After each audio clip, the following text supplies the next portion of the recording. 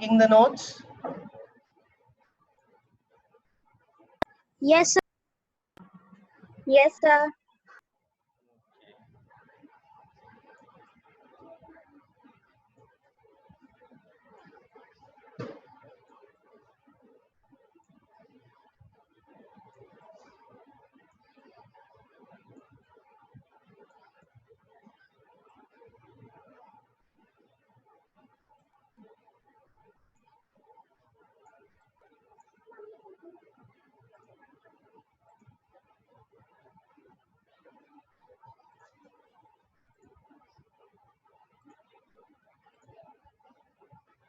Okay, you are able to see the screen now? Yes, sir.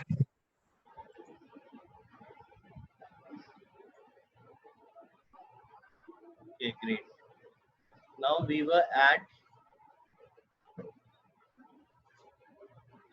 today's last topic was the Earth satellite Moon. Okay, why Moon is known as the Earth satellite?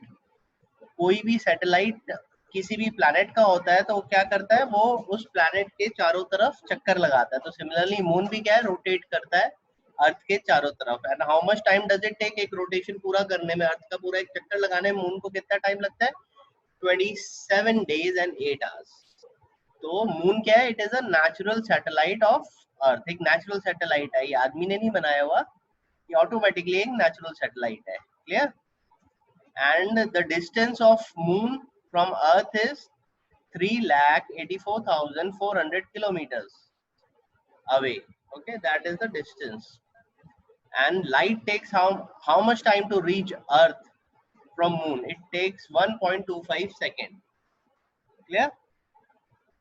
So that's what we have done yesterday. Today we are coming on the topic known as human made satellites. Okay, what are human made satellites? अब हमने natural satellite तो की है, that is moon. Clear? Now what we are doing human made satellite. अब कुछ satellites ऐसी हैं, अब मून एक नेचुरल सैटेलाइट है, ठीक है, इट्स वेरी गुड, एक नेचुरल सैटेलाइट है, बट कुछ सैटेलाइट्स आदमी ने, ह्यूमंस ने बनाई हैं, वो किसके लिए? कम्युनिकेशन पर्पस के लिए, कि वो कम्युनिकेट करें. तो क्या होता है कि वो एक रॉकेट या फिर एक एयर स्पेस में वो सैटेलाइट भेजते हैं ऊपर, और ऊपर भेजकर उनको एक मोशन पे लाकर, एक स्पीड पे लाके छोड़ दिया जाता है, ताकि वो अर्थ के चक्कर काटती रहे मून की तरह. जैसे मून चक्कर काटता है अर्थ के, वैसे ही वो भी सैटेलाइट भी मून के चक्कर काटते. तो सिमिलरली तो जो ह्यूमन मेड सैटेलाइट है, जैसे आपके मोबाइल फोन्स जिससे काम करते हैं, वो क्या है, वो that they are working with the help of human made satellite. आपका जो सैटेलाइट टीवी आता है, जितने भी चैनल्स आते हैं, ये सारे किस में होते हैं? ये सारी रिकॉर्डिंग होकर सैटेलाइट में डाल दी जाती है, और सैटेलाइट से फिर वो टेलीकास्ट होते हैं. क्लियर? ये जितनी भी चीजें हैं, ये ह्यूमन मेड सैटेलाइट्स के थ्रू ही पॉसिबल है. क्लियर? तो अगर मैं आपको दिखाता हूँ, एक कुछ इमेजेस दिखाता हूँ ह्यूमन मेड सैटेलाइट्स की.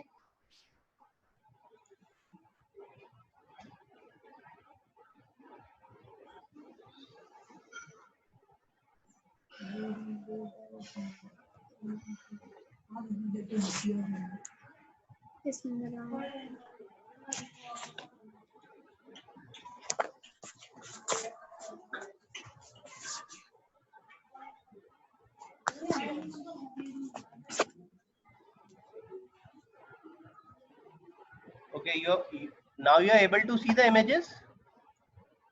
Yes, sir. Okay, so these are what? These are human made satellites. These are human made satellites.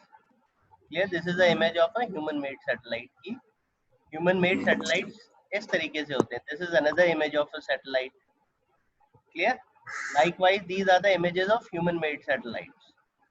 तो इनको क्या करते हैं, किसी रॉकेट या स्पेस क्राफ्ट में बांध करके, मतलब टाई करके, इनको फिर ऊपर, वो रॉकेट ऊपर जाता है, ऊपर जाके फिर एक ऑल्टीट्यूड पर इनको एक स्पीड के साथ छोड़ दिया जाता है. उस स्पीड के साथ इस तरीके से छोड़ा जाता है ताकि वो जो है ऑटोमेटिकली उस स्पीड में आकर और उनके साथ साथ अर्थ पे रोटेट करते रहे. और प्लस में जो आप इनके पास में ये पैनल्स देख रहे हो, ये क्या होते हैं? ये सोलर पैनल्स होते हैं.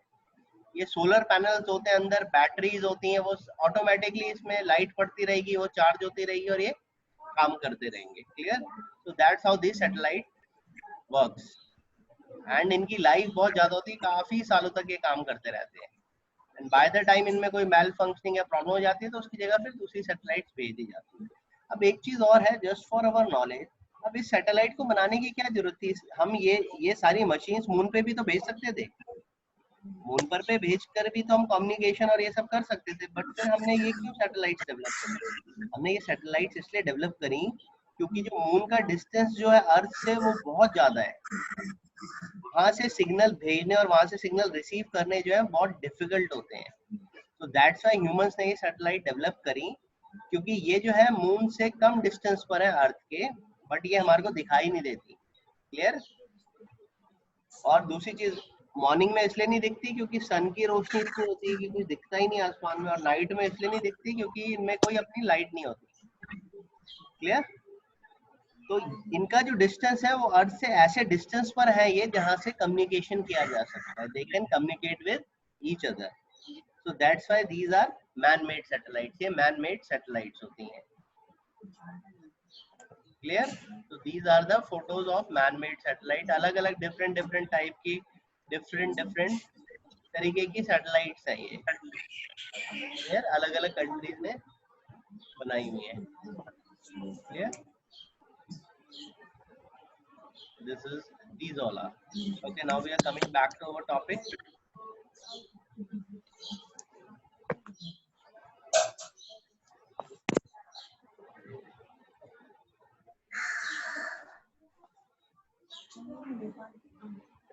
Many human-made satellites have been sent into space for various purposes. These satellites are used to improve communication system on Earth or conduct research, monitor planetary movement and send information to the scientists. अब इनका purpose क्या है? They are working for communication on the Earth. एक तो Earth में communication के लिए help करते हैं, research and monitor planetary movement. planet की movement देखते हैं कि कौन सा planet किस तरफ को move कर रहा है, कोई डिस अरे में तो नहीं है। Send information to the scientist on the earth, और साइंटिस्ट को इंफॉर्मेशन देते रहते, साथ साथ weather forecast, communication, satellite television, GPS, हर चीज इन सैटेलाइट से ही ऑर्गेनाइज हो रही है आज के टाइम पे। ठीक है ना? So these are the human made satellite which are been made by human. Scientist develop करते, जैसे अब्दुल कलाम आजाद क्या थे? He also works on aeronautics. तो उन्होंने भी ऐसी सैटेलाइट्स और इन सब पे काम किया था। तो now next thing which we'll do is asteroids. अब एस्ट्रॉइड्स क्या होते हैं? आपने देखा होगा टूटता तारा, मूवीज में, पिक्चर में, या कभी कभार आसमान पे भी आपने देखा होगा, लोग कहते हैं तारा टूट रहा है, बट एक्चुअली होता क्या है, टूटता तारा करके कोई भी चीज नहीं होती। देयर इज नथिंग लाइक टूटता तारा। कोई भी ऑब्जेक्ट, अब आपको एक चीज और है कि अब यूनिवर्स में तो मैंने कहा कितनी हेवनली बॉडीज ऐसी घूम रही, कितने पत्थर के टुकड़े, चट्टान, ये सब ऐसी घूम रहे। कल कोई भी चीज अर्थ पे गिर सकती है और अर्थ को खत्म कर सकती है। क्लियर है ना? रॉक्स और ये सब कितने सारे हैं, जैसे अर्थ है, अर्थ के टाइप में और भी कितने रॉक्स और ये सब पूरे इस यूनिवर्स में घूम रहे हैं। तो कोई भी चीज आके अर्थ पे गिरकर अर्थ को खत्म कर सकती है, बट आज तक ऐसा हुआ क्यों नहीं? उसका ये है, उसका रीजन ये है, ये जो है, ये जो रॉक पार्टिकल्स हो गए या कोई भी चीज हो गई, ठीक है ना, जो रिवॉल्व कर रहे हैं यूनिवर्स में, वो अगर कभी किसी ना किसी तरीके से अर्थ की तरफ आते हैं या अर्थ के एटमॉस्फेयर में आते हैं, तो वो इतनी स्पीड से आ रहे होते हैं, अर्थ की ग्रेविटी की स्पीड जब उनको टच करती है तो इसकी स्पीड इतनी ज्यादा होती है कि जब वो उस इतनी स्पीड से आते हैं और वो अर्थ के एटमॉस्फेयर में एंटर करते हैं, तो वो अपने आप ही क्या होते हैं, जल जाते हैं। क्लियर? उनमें इतना ज्यादा फ्रिक्शन हो जाता है। जो एयर है हमारी, एयर इतना फ्रिक्शन क्रिएट कर देती है। फ्रिक्शन मतलब आपको पता है? फ्रिक्शन का मतलब होता है घर्षण। सपोज अगर आप रोड पर कोई लोहे की चीज रगड़ो, या फिर आप देखते हैं ना चाकू पे धार लगाते हैं। क्लियर? वो साइकिल पे एक अंकल आते हैं, उनके पास एक राउंड कलर का रोटर होता है पत्थर का, वो साइकिल चलाते हैं और मीन टाइम वो आपके चाकुओं पे धार लगाते हैं। वो जो पत्थर होता है वो क्या करता है, वो फ्रिक्शन करता है आपके नाइफ पर, जिससे क्या होता है, चिंगारियां निकलती हैं। सिमिलरली होता क्या है कि जब कोई चीज, वो ऑब्जेक्ट यूनिवर्स से आ रहा है, जैसे ही अर्थ के एटमॉस्फेयर में एंटर करेगा, वो इतनी स्पीड से आ रहा होता है कि हवा से टकरा कर ही वो जल जाता है। Clear clear.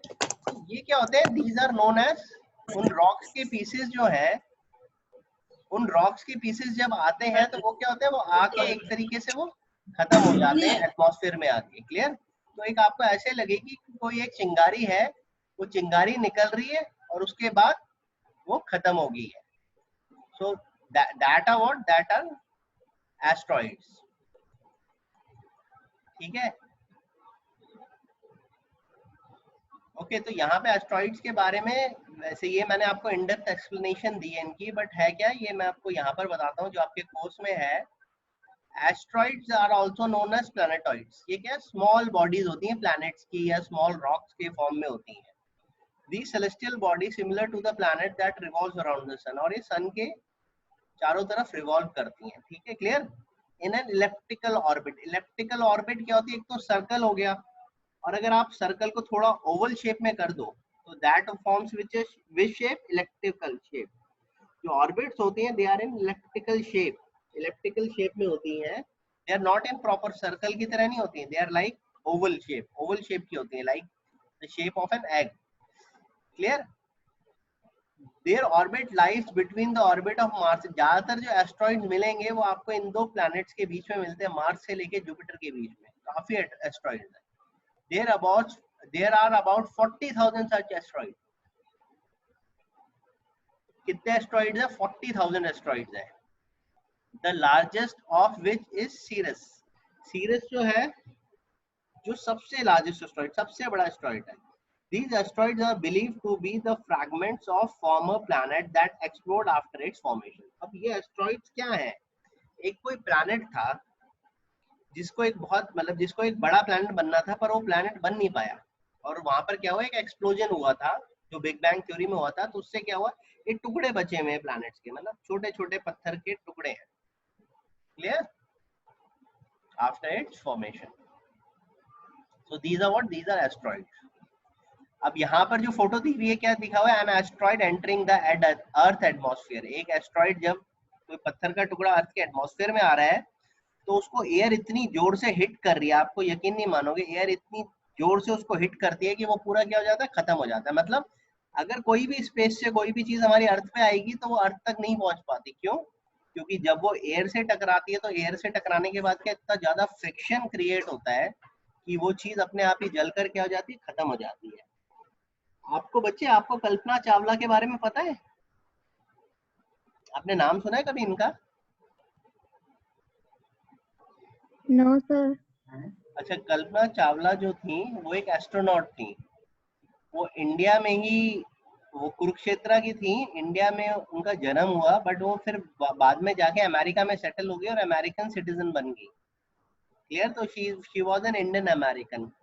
उनको फिर नासा ने क्या करा था, नासा ने उनको भेजा था स्पेस एक्सपीडिशन पे। स्पेस एक्सपीडिशन मतलब कि आप जाइए अंतरिक्ष में होकर आइए।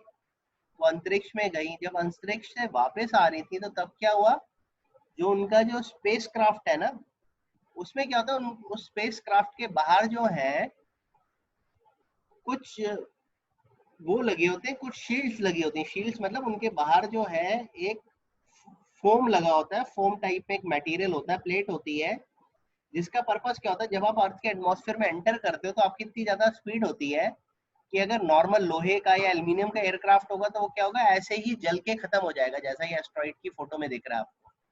क्लियर हो, ऐसे ही जल के खत्म हो जाएगा। तो उसके लिए उन्होंने क्या करा, उन्होंने क्या करा उसके लिए, उन्होंने उसके जो एयरक्राफ्ट था उसके चारों तरफ शील्ड लगा दी कि जब अर्थ के एटमॉस्फेयर में आएंगे तो अर्थ की जब हवा एयरक्राफ्ट पे टकराएगी तो वो एयरक्राफ्ट में आग ना पकड़े। क्लियर। तो जब वो नीचे उतर रहे थे तो क्या हुआ, तो एक शील्ड जो है, जब नीचे उतरे तो एक शील्ड जो है फट के टूट के निकल गई। पूरे पूरे पूरे जो क्राफ्ट थी उसमें से सिर्फ एक शील्ड टूट के, फट के टूट के निकल गई। अब जब वो शील्ड फट के टूट के निकल गई तो उसमें जो एल्यूमिनियम का पोर्शन था वो सामने पड़ा, वहां पे हवा टकराई, और हवा टकरा के क्या हुआ, पूरे का पूरा जो भी उनका वो था स्पेस क्राफ्ट जो था वो जल के खत्म हो गया। क्लियर? अगर आप चाहें तो इसके बारे में आप पता भी लगा सकते हैं, कल्पना चावला के बारे में। क्लियर? So that's how. तो इसका मतलब क्या है कि एयर जो है, जब कोई स्पेस से चीज आएगी तो सबसे पहले वो किस में आएगी? एटमॉस्फेयर में आएगी। सबसे पहले हमारे एटमॉस्फेयर में ही तो उतरेगी वो। और एटमॉस्फेयर में भी इतना ज्यादा फ्रिक्शन है कि वो अपने आप एटमॉस्फेयर से ही टकरा के जल के खत्म हो जाएगी, राख बन जाएगी, और नीचे तक कोई चीज पहुंच नहीं पाएगी। क्लियर? तो हमारे को कोई थ्रेट नहीं। अगर कोई भी चीज आती है हाई स्पीड से, तो आके आते ही क्या होगी, हमारे एटमॉस्फेयर पे आके खत्म हो जाएगी।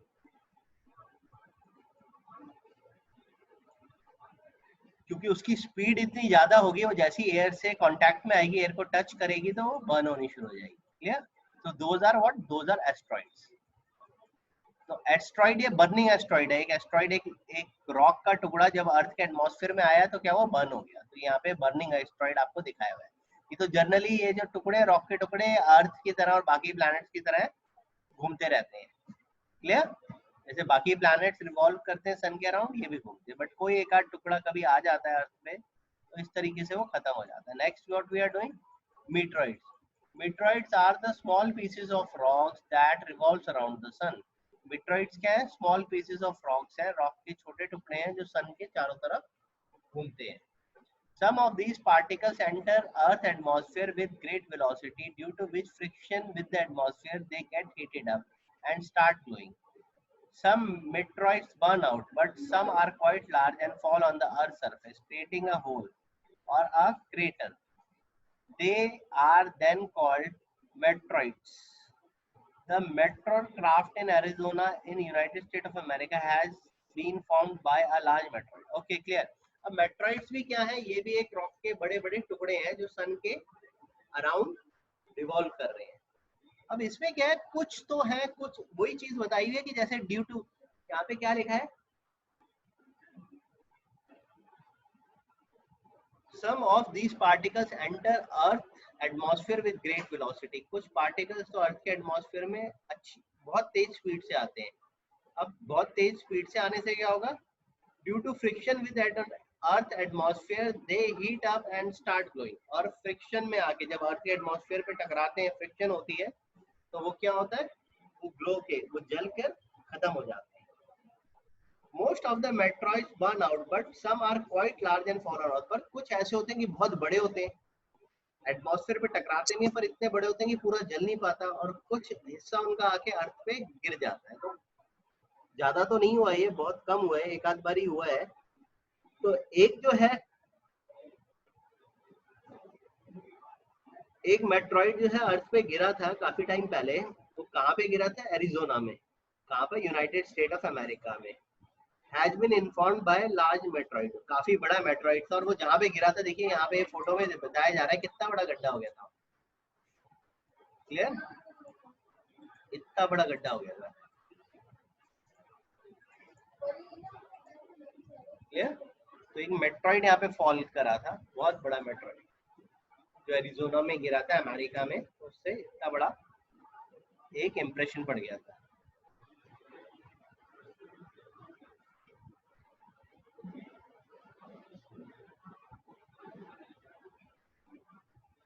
ओके, अब लास्ट जो हमारा हेवनली ऑब्जेक्ट रह रहा है, दैट आर कॉमेट्स।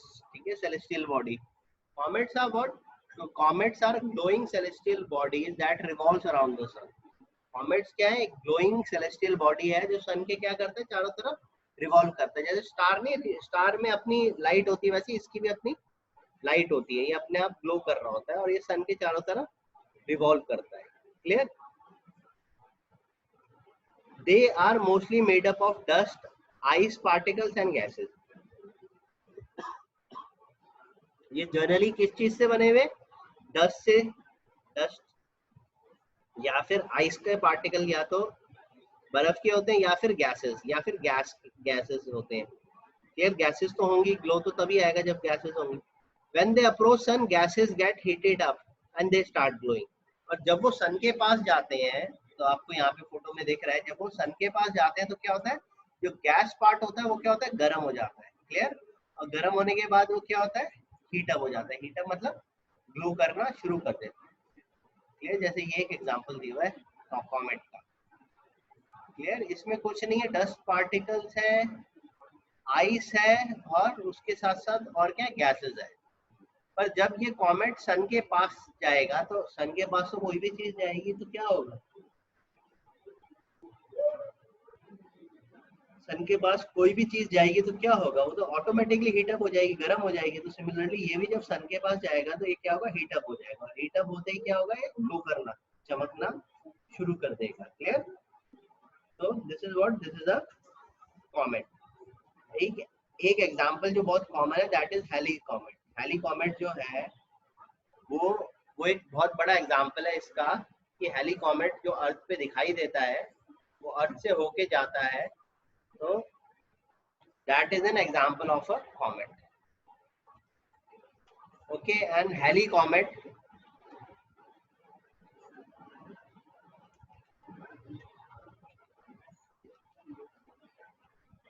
और Halley comet जो है वो नियर अबाउट 75 to 76 ईयर्स में होकर जाता है अर्थ से। जो Halley comet जो है वो जो होकर जाता है, मतलब कितने टाइम में एक चक्कर लगाता है, क्योंकि ये तो these are the moving object, ये स्टैंड स्टिल ऑब्जेक्ट तो है नहीं, ये तो मूविंग ऑब्जेक्ट है। तो हैली कॉमेट जो है वो कब होकर जाता है, वो हर 75 और 76 ईयर्स में होकर जाता है अर्थ से।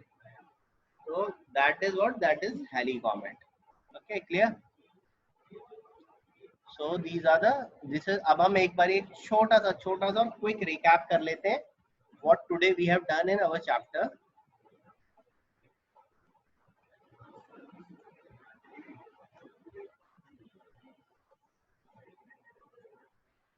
We are going to do a quick recap.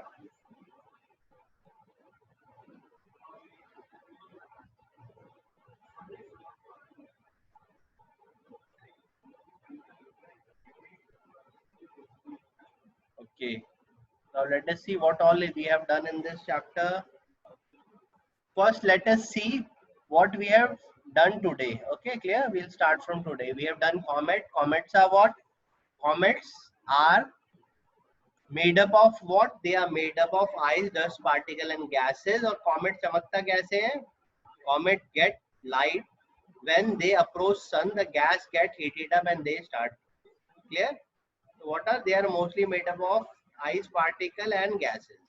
Okay, clear? And the second thing is when they approach sun, the gases get heated up and they start glowing.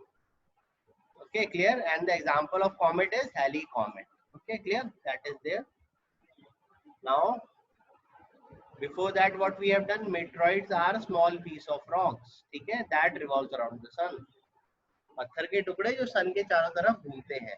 Some of these particles enter Earth atmosphere with, वही है, they also enter Earth atmosphere. Due to friction with the atmosphere, they get heated up and start glowing. और friction, जब atmosphere के friction में आते हैं, जब atmosphere के घर्षीकरण में आते हैं, तो क्या हवा इतनी जोर से टकराती है कि उनमें आग लग जाती है. Clear? But most meteoroids burn out, but some are quite large and fall on earth surface. बहुत तो जल जाते हैं और कुछ तो बहुत बड़े होते हैं जो अर्थ के सरफेस पे आके गिर जाते हैं. क्लियर? तो इसमें एक मेट्रोकेटर इन एरिजोना, एक मेट्रॉइड था जो है, जिसके बारे में यहाँ पे दिखाया कि वो यहाँ पर गिरा था. कितना बड़ा ने डीप होल कर दिया था यहाँ पे गिर के. Clear? So these are meteoroids.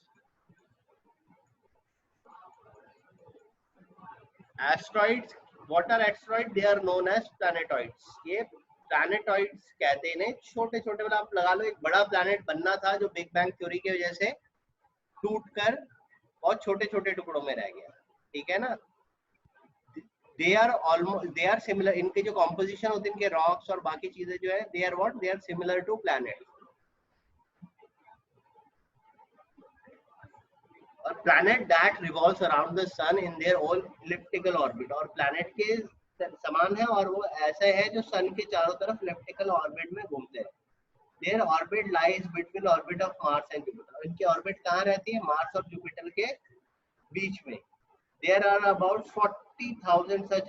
कितने मार्स और जुपिटर के बीच में कितने एस्ट्रॉइड्स हैं? 40,000 एस्ट्रॉइड्स.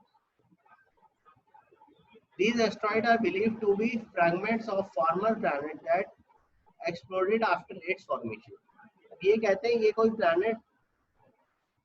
प्लैनेट बनने वाला था जो एक एक्सप्लोजन जो हुआ उसकी वजह से टुकड़ों में बट गया, ठीक है ना. These are small pieces, these are also known as planetoid. And the last topic which we have done in the class and from which we have started our class was man-made satellites. Okay, clear? So man-made satellites are what? They are the satellites which have been made by man to improve communication system on Earth. In satellite का purpose क्या है? ये humans ने develop किया, किस लिए करी है? कि अर्थ में कम्युनिकेशन सिस्टम अच्छा हो जाए, ठीक है, and monitor the planetary movement. Or moreover, what it helps in monitoring the planetary movement, weather forecast, communication, satellite television, GPS, and there are so many things which these things can do. Clear? So this is what these are man-made satellite. Even जो GPS है वो आपको ये तक बता देती है कि आपको किस रास्ते से जाना है, किस में कितना टाइम लगेगा, किस में कितना ट्रैफिक है. मीन्स एक तरीके का कैमरा फिट है वो ऊपर स्पेस में, जो आपको पिक्चर्स लेता है और फिर कंप्यूटिंग से, अपने कंप्यूटिंग से चेक करके बता देता है कि यहाँ पे इतने मिनट का जाम है, यहाँ इतने मिनट का जाम है. तो it is these are human brains which have been sent into the space. Clear? So these are the satellites. Okay, clear? So this was a recap of today's topics which we have done. Clear?